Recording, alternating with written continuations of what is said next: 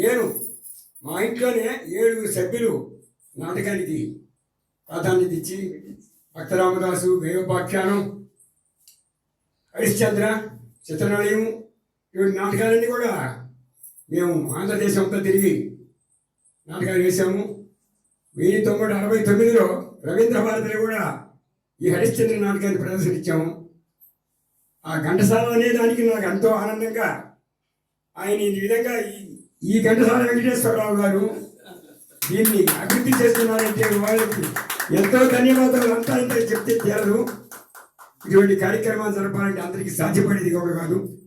ఈరోజు నాకు ఈ అవకాశం ఇచ్చిన మా పొట్టేపాలెం గ్రామస్తులైన అంజయ్ గారికి, మన ఘంటసాల గారికి, ఈ ఘంటసాల సాధనా కార్యాలయం కమిటీ సభ్యులందరికీ కూడా మరీ ధన్యవాదాలు తెలుపుతూ కార్యక్రమం సెలవు తీసుకుంటాను.